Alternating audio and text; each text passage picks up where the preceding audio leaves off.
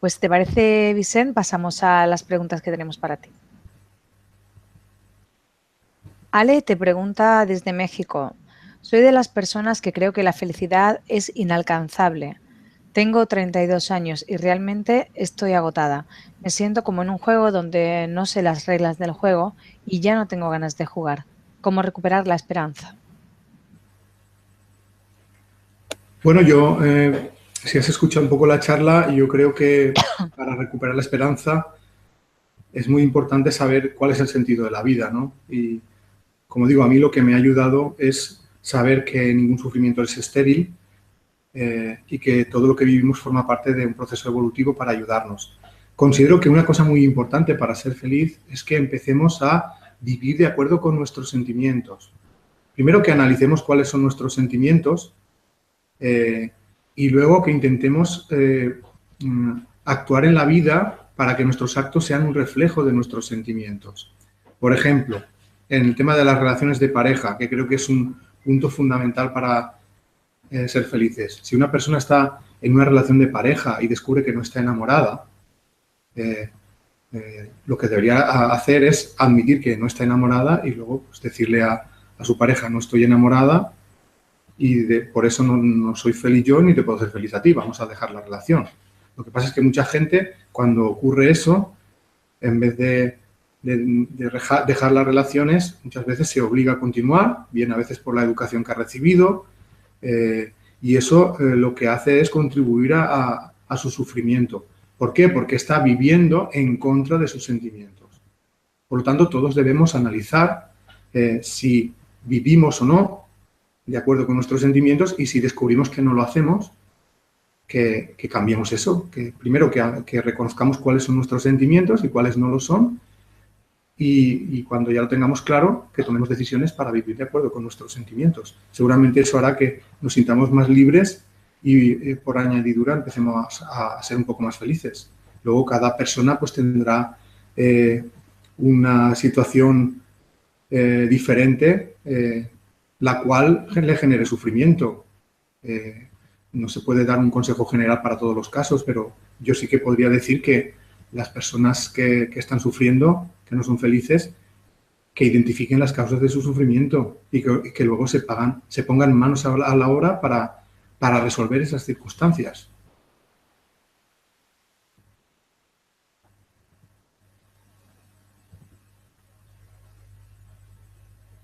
Marina te pregunta desde Texas, ¿cómo podemos aceptar cuando un ser querido se está muriendo y no queremos aceptar ni lo queremos dejar ir?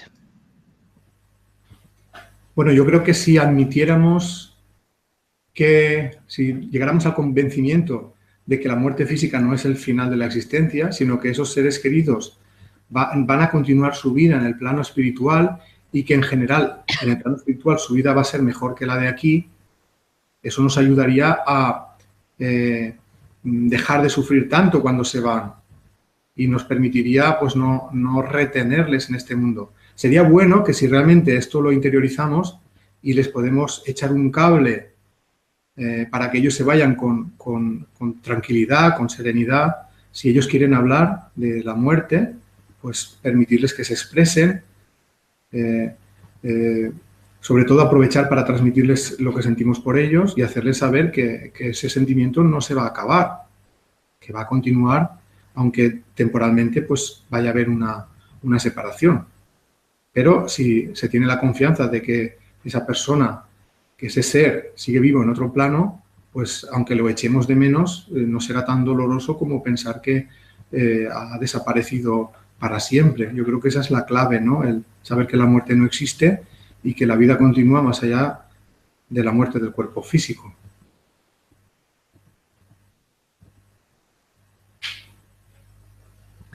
Diego te pregunta desde Argentina, ¿cómo seguir desarrollando la sensibilidad para seguir conectado después de saber o descubrir nuestra misión en la vida actual?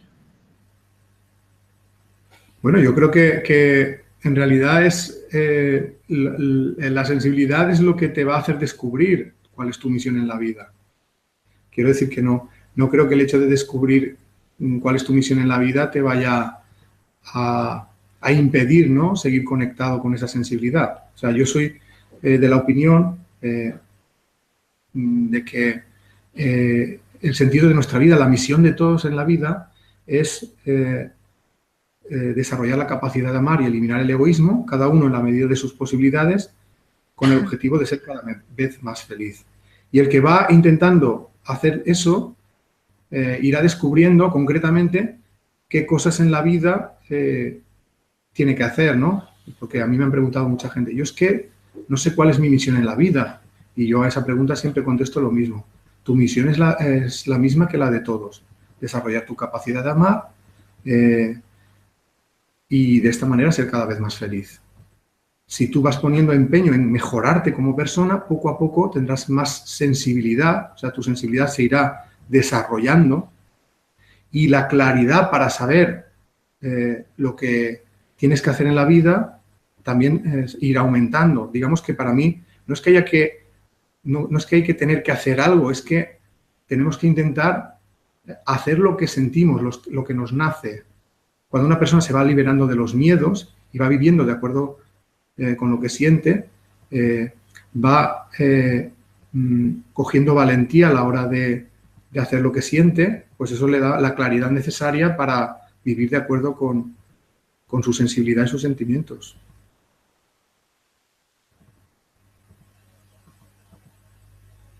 Desde Estados Unidos te pregunta Julie y te voy a pedir que intentes ser breve en las respuestas en la medida de lo posible, claro, y de la coherencia, porque hay muchas preguntas para ti.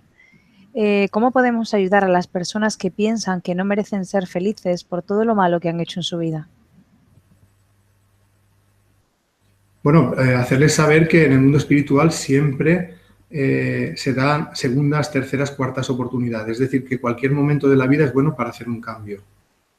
Y que todos merecemos ser felices. Que los errores del pasado, pasados están, que no se puede cambiar lo que ya ha ocurrido, pero a partir del presente y el futuro sí que se puede. Y que el mundo espiritual siempre nos va a dar oportunidades de mejorar y de ser felices.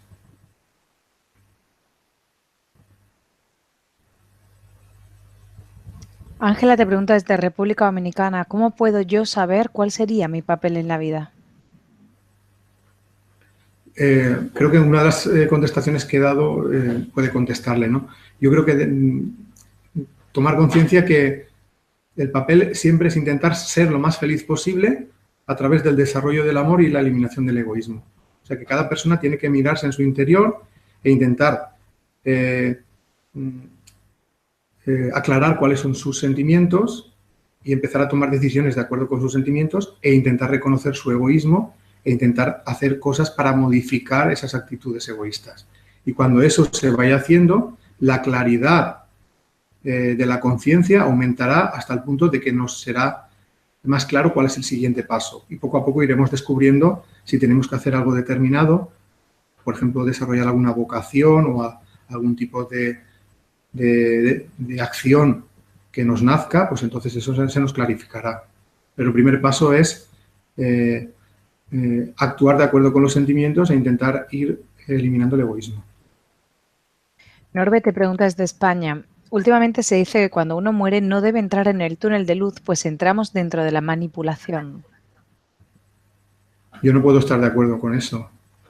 Yo pienso que si hay una luz al fondo y si el ser se siente feliz, como describen todas estas personas que han tenido esta experiencia, que nada malo puede surgir de todo eso. O sea, no considero que haya ningún tipo de manipulación en esa experiencia. Es una experiencia real y que si genera felicidad, pues eso te tiene que confirmar que es algo positivo.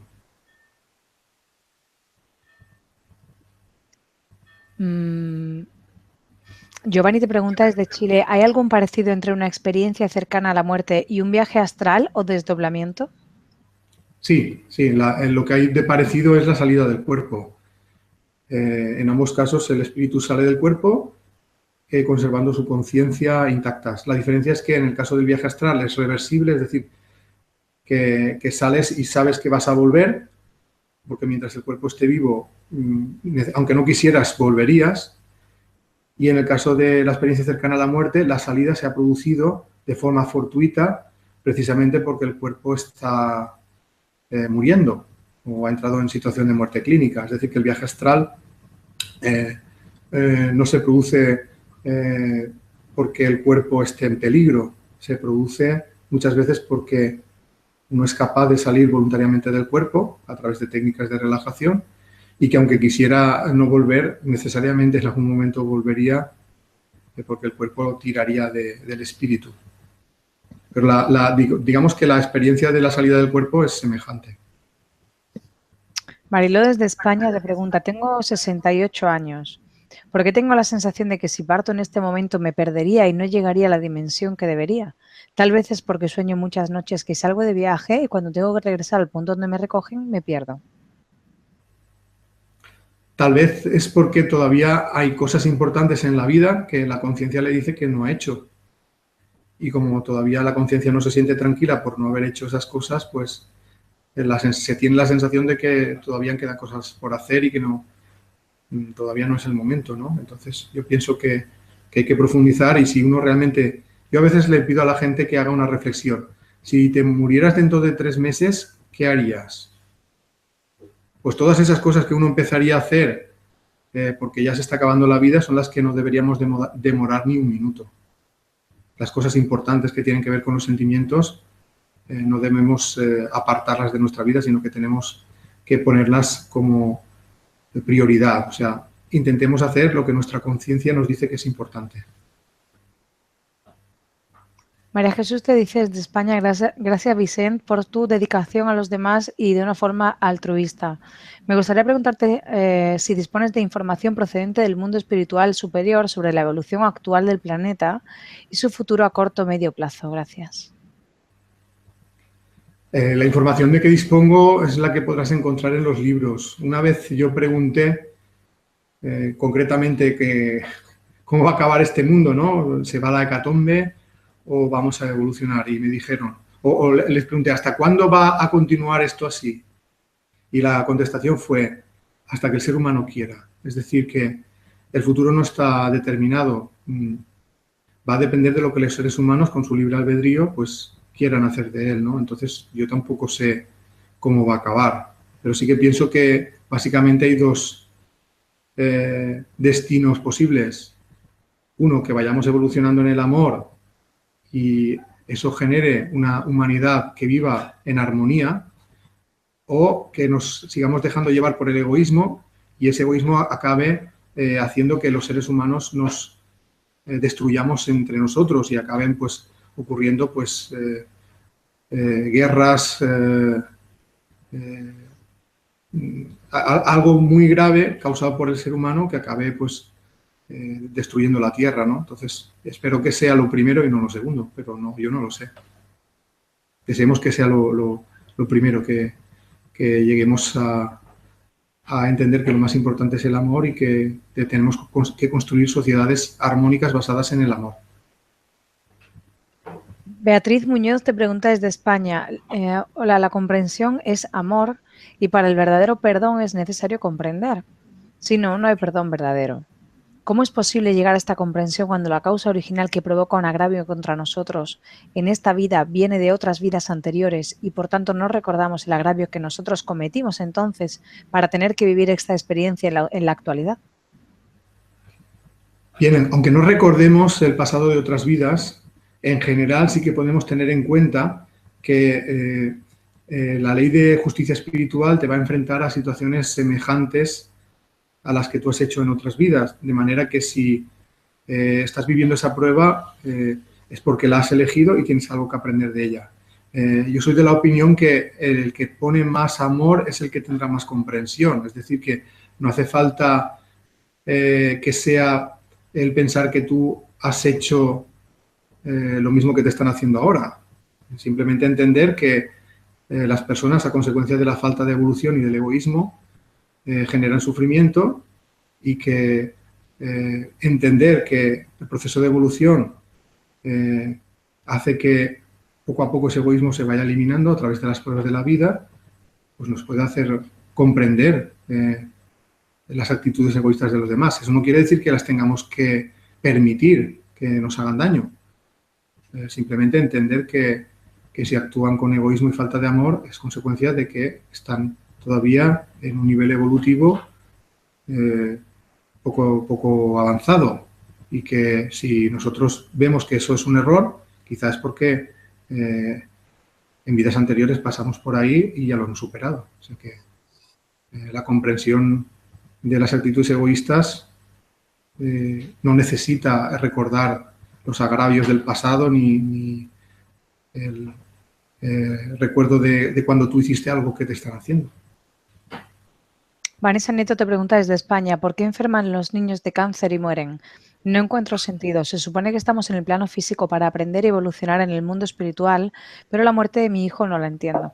No sé qué tengo que aprender de su corta estancia en la Tierra, no sé qué misión vino a cumplir y si es propia evolución. Si ya todo estaba pactado antes de encarnar en esta Tierra, es decir, si había un acuerdo de que él tenía que venir como hijo mío y luego morir, ¿por qué se hace tantísimo daño con estas situaciones? Bueno, yo creo que el sufrimiento, sobre todo, viene del desconocimiento. Quiero decir que cuando uno no entiende que esa enfermedad es una lección para evolucionar, relacionada con lo que se ha hecho en otras vidas, y que tanto los padres como los hijos han decidido vivir esa experiencia, que básicamente lo que pretende es incrementar la capacidad de amar, pues lo normal es eso, sentir que es un sufrimiento inútil. Pero cuando se toma conciencia de eso, de que esa prueba es elegida por ambos, tanto por los padres como por los hijos, y que el propósito es que desarrolle la capacidad de amar, y que ese ser no ha muerto definitivamente, sino que continúa su vida en el plano espiritual, entonces se atenúa el sufrimiento y se entiende mejor cuál es el significado de esa experiencia. Para conocer exactamente qué es lo que ha determinado esa prueba, habría que conocer lo que ocurrió en las vidas, tanto de ese hijo como de sus padres en anteriores vidas. Yo lo desconozco en este caso, pero sí que puedo decir que lo que vivimos en esta vida se elige antes de nacer y que está estrechamente relacionado con los actos ocurridos en vidas anteriores.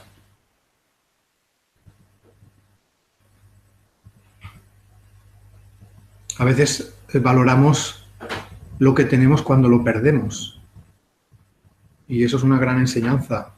A veces cuando tenemos algo muy seguro, no le damos importancia y eso hace que no lo cuidemos. Y es entonces cuando lo perdemos, cuando ese sentimiento de pérdida empieza a estimular en nosotros el reconocimiento de lo importante que son los sentimientos. Y a lo mejor con esa persona que se ha ido no podemos expresar esos sentimientos, pero puede aparecer otra persona en nuestra vida, puede nacer otro hijo y a ese hijo ese sentimiento que hemos despertado por el primero puede hacer que lo tratemos con mucho amor, que le demos el amor que ha nacido de la primera experiencia, y eso es algo muy positivo. Mar López te pregunta desde España, cuando en un sueño ves a una persona, un niño, y tú sientes que no pertenece a este mundo, ¿quién puede ser? Hay veces que cuando estamos durmiendo salimos del cuerpo temporalmente, al igual que en los viajes astrales, y tenemos opción o posibilidad de contactar con seres que están en el plano espiritual. A veces esos seres son espíritus que son afines a nosotros, con los que hemos compartido otras vidas, que ahora mismo no están encarnados con nosotros, pero que tienen un vínculo afectivo con nosotros. Y cuando tenemos la posibilidad de reencontrarnos con ellos, lo hacemos. Esa experiencia ocurre cuando estamos fuera del cuerpo. Muchas veces la conciencia no está totalmente despierta, y eso hace que no recordemos con total nitidez lo que hemos vivido, sino que lo recordemos vagamente en forma de sueño. Pero algunas veces los sueños son recuerdos vagos de las experiencias extracorporales vividas en el momento en el que estamos durmiendo. Blanca te pregunta desde Venezuela, tengo muchos años padeciendo, me da miedo dormirme, siempre estoy en vigilia, la mente parece un potro desbocado y no para de pensar. Gracias por lo que me pueda ayudar. Es complicado, ¿no? Solo con esos detalles poderle dar un consejo para intentar estar mejor, ¿no? Yo simplemente recomendaría que antes de ir a dormir intente empezar a respirar profundamente, intente apartar esos pensamientos que van a su mente y si hay algún problema importante que le quite el sueño, que intente identificarlo, intente resolverlo, porque seguramente eso es lo que le hará dormir tranquila. Hay gente que tiene miedo a dormirse porque cree que durante el sueño le van a pasar cosas horribles y acaba soñando cosas horribles. En realidad, ese sueño que está teniendo es consecuencia del miedo que tiene. Si se quita el miedo, pues dejará de vivir esas pesadillas y su sueño será plácido, ¿no? O sea que con el cambio de la actitud también cambiará la vivencia que tengas cuando estés durmiendo. Fátima te pregunta desde Argentina. En 2014, al fallecer mi padre, y en 2016 mi madre, me pasó que me veía desde arriba y como que estaba yéndome con ellos y me sentía con mucha pena a mi persona hasta el día. Muchas veces eso forma parte de estas experiencias de contacto con los seres que ya han fallecido. Ellos se vienen a despedir y nosotros, bien estando en el cuerpo o bien fuera del cuerpo, los percibimos. De manera que para mí es un reflejo de que realmente ese contacto se produjo en el sueño.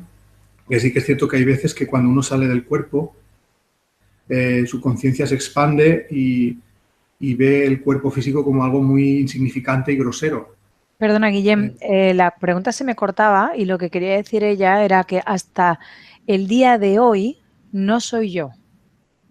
Así termina su... Bueno, no sé exactamente qué cambios habrá producido en su forma de ser. Yo lo que opino es que si sabemos encajar bien esa experiencia es algo muy positivo, porque es una experiencia donde te dan a conocer, a saber que realmente tus seres queridos están en otro plano de la existencia. Eso es algo que es algo positivo. Si eso te hace cambiar tu forma de ver la vida, si se sabe encajar bien, es un cambio positivo. No tiene uno por qué dejar de ser uno mismo. Creo que es una manera en que se pueden perder los miedos, si uno sabe encajar bien la experiencia. Mari te pregunta desde España, tengo miedo a la muerte, incluso me da miedo caminar porque me he caído y me he quedado muy mal. Un día creía que me iba a morir. Me dan crisis de pánico porque creo que me voy a morir. Y hace poco murió mi madre y mi cuñado. ¿Qué puedo hacer? Yo creo que si ha estado en la charla, en la conferencia que hemos hecho, yo creo que la clave es muy clara. Saber que la muerte del cuerpo físico no es el final de la existencia, que tú no te mueres solo por tener miedo a la muerte, te mueres cuando te toca, porque todo eso se decide antes de nacer. Entonces lo que pienso que debería concentrarse es en vivir la vida y no estar pendiente de si se va a morir. Lógicamente todos en algún momento nos vamos a morir y creo que eso no es nada malo, porque la vida continúa después de la muerte. Lo que sí que pienso que es triste es que uno pase la vida esperando algo que va a pasar como si fuera algo negativo y desaprovecha los momentos buenos para ser feliz.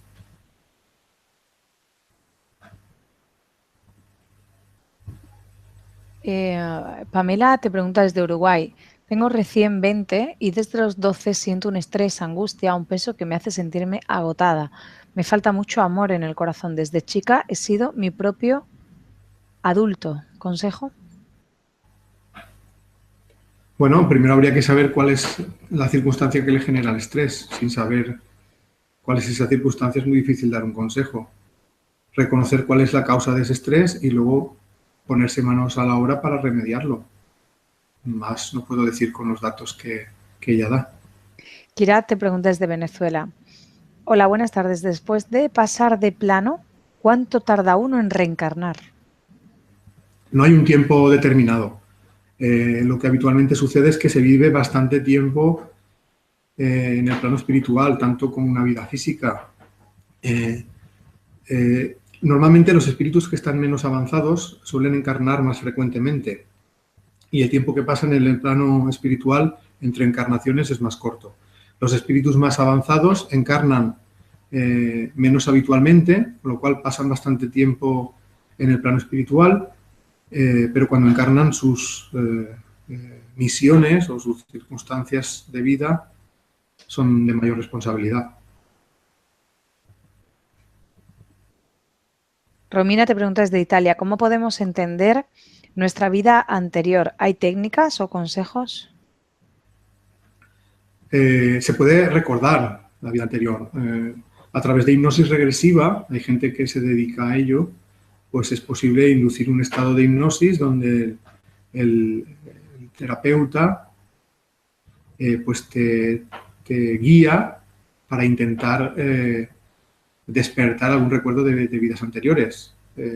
Que se consiga o no va a depender de muchas circunstancias, de si esa persona está preparada, de si los recuerdos que va a tener le van a ser útiles para resolver circunstancias en su vida. Es decir, no se recuerda a voluntad, sino que se recuerda aquello que es importante saber para superar alguna circunstancia de la vida. Entonces yo creo que por probar no se pierde nada. De lo que no podemos es garantizar que todas las personas que se sometan a hipnosis regresiva recuerden algo de su vida pasada, pero yo creo que no se pierde nada por intentarlo. Alba te pregunta desde España, ¿qué técnica fácil aconsejas para evolucionar? He tenido varias señales, pero tengo la sensación de que desconecto por mucho tiempo y no sé cómo hacer para no perder esa esencia divina. Yo creo que no hay ninguna técnica. Lo que hay es que tener voluntad y sinceridad con uno mismo. Sinceridad para reconocer los defectos y voluntad para intentar cambiarlos. Entonces eso es un trabajo diario que hay que estar siempre manos a la obra. Quiero decir que en todos los días de la vida nos vamos a poner a prueba en nuestra forma de ser. Habrá veces que se despierten nuestras actitudes egoístas y es en esos momentos cuando tenemos que poner la voluntad para reconocerlas e intentar cambiarlas, ¿no? Es decir, que también hay que saber que los cambios no se producen de la noche a la mañana. Es decir, que si una persona, por ejemplo, tiene tendencias agresivas, no se va a quitar esas tendencias en una semana o en un mes. Pero si las reconoce y poco a poco intenta no dejarse llevar por ellas a la hora de actuar, poco a poco su personalidad se irá haciendo más pacífica. Entonces, es la voluntad y la constancia lo que hace que una persona vaya poco a poco haciendo esos cambios.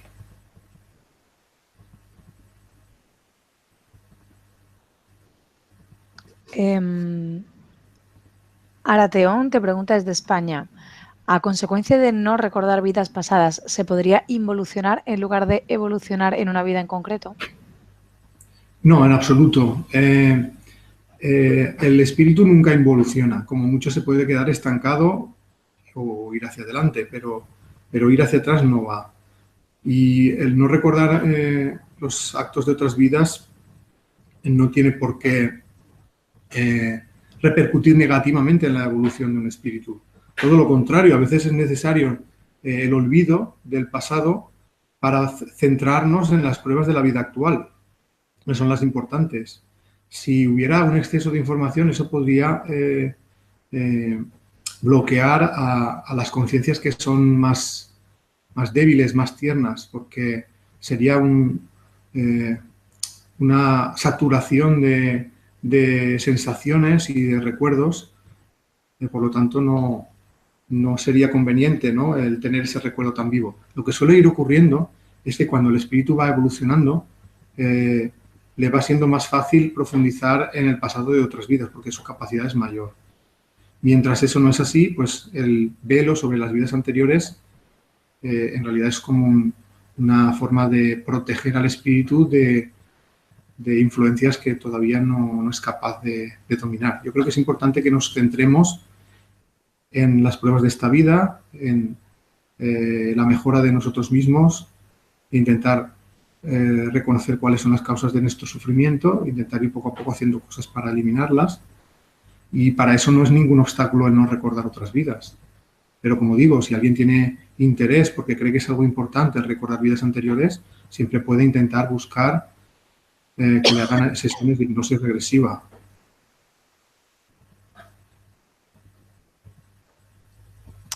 Gabriela te pregunta desde Colombia, ¿hay una forma de borrar memorias, actuaciones malas de vidas anteriores?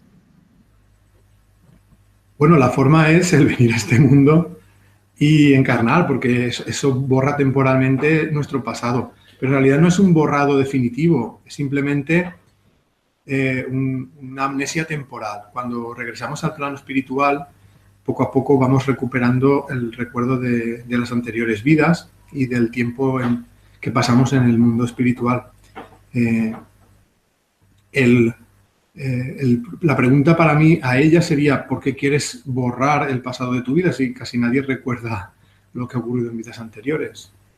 Hay veces que uno recuerda, o sea, el que no recuerda desea recordar y el que recuerda desea olvidar. El ser humano es un poco inconformista con lo que le ocurre. A veces pide algo y luego cuando lo tiene desea no tenerlo. Como la mediunidad. Hay mucha gente que quiere tener la capacidad de ver espíritus y los que la tienen desearían no tenerla porque les complica mucho la vida. Hay que pensar que todo eso son cosas que se piden antes de nacer. Entonces uno tendría que ser más coherente cuando desea algo, porque el mundo espiritual le da lo que pide. Si luego se arrepiente, pues tendría que habérselo pensado mejor a la hora de elegir determinadas pruebas.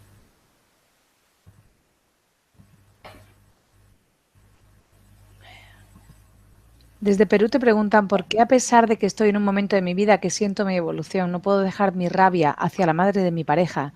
Me llena de ira y siento que me estanco. Bueno, reconocer eso está bien. Ahí está su prueba. O sea, si tienes ira, o sea, si alguien te despierta la ira es porque la tienes. Da igual que sea la suegra, la hermana, la tía. Y lo que uno tiene que sacar como lección de eso es que tiene que mejorar esa forma de ser. ¿Cómo se resuelve eso? Poniendo la comprensión. Es decir, tú no puedes exigir a los demás que sean como tú quieres que sean. Solo respetar su forma de ser e intentar que no te perjudique a la hora de hacer tu vida. Entonces, distancia, ¿no? Cuando las personas se entrometen mucho en tu vida, pero la rabia aparece en uno mismo, no en la otra persona. Si te la ha despertado alguien, debería servir para intentar poco a poco ir mejorándola. Y como mejor se mejora es poniéndote a prueba con personas que te la despiertan. Entonces, la actitud es esa: intentar reconocerlo y poco a poco poner la voluntad para que esos episodios de rabia vayan a menos. Y poner comprensión con las personas. Aunque no hagan lo que tú quieras, eso no te da derecho a enfadarte con ellas. Caro te pregunta, tengo un conflicto que estoy tratando de resolver. ¿Dónde queda el amor propio si se plantea que el amor debe ser incondicional? Agradezco si me pueden ayudar con esta duda. Es que el amor propio no es nada malo. Quiero decir, yo una de las cosas que digo, aunque hoy no hemos tenido tiempo de tratarlas, es que para poder amar de verdad, uno tiene que empezar amándose a sí mismo. Porque la persona que no se ama a sí misma no puede querer a las demás.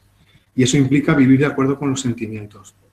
Entonces, ese concepto que se tiene, quizá tal vez porque la religión lo ha enseñado así, de que para amar a los demás tienes que renunciar a ti mismo, creo que no es cierto. Creo que sí que es cierto que hay que renunciar al egoísmo, pero no a los sentimientos, ni al amor propio. Por lo tanto, para nada hay que renunciar al amor a uno mismo para amar a los demás. Se puede compaginar ambas cosas. Pues hasta aquí hemos llegado, Vicent. Gracias por tan interesante charla, por tus respuestas, por la información que has compartido en directo con personas de todo el mundo en numerosos países que han participado hoy, como Venezuela, España, Argentina, Costa Rica, Colombia, Honduras, Guatemala, Estados Unidos, República Dominicana, Chile, entre otros. Y a todos los que nos habéis acompañado hoy en Mindalia en directo, gracias por vuestra importante participación. Esta conferencia podéis verla de nuevo en mindaliatelevisión.com para repasar conceptos y compartirla en vuestras redes sociales. Y os recuerdo que si os ha gustado, si le sacáis provecho, por favor, dadle a me gusta para que más personas les pueda llegar esta información.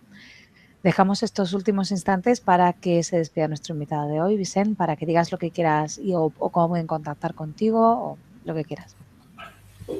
Muy bien, bueno, pues primero agradecerte a ti, agradecerle a Mindalia y agradecerle a toda la gente que ha estado con nosotros hoy, pues, la atención. Y si quieren pues seguirme un poco en las redes sociales, solo tienen que entrar en mi blog, lasleyesespirituales.blogspot.com. Ahí podrán descargar mis libros, acceder a mi canal de YouTube y conocerme un poco más. Pues ha sido un placer, gracias a todos.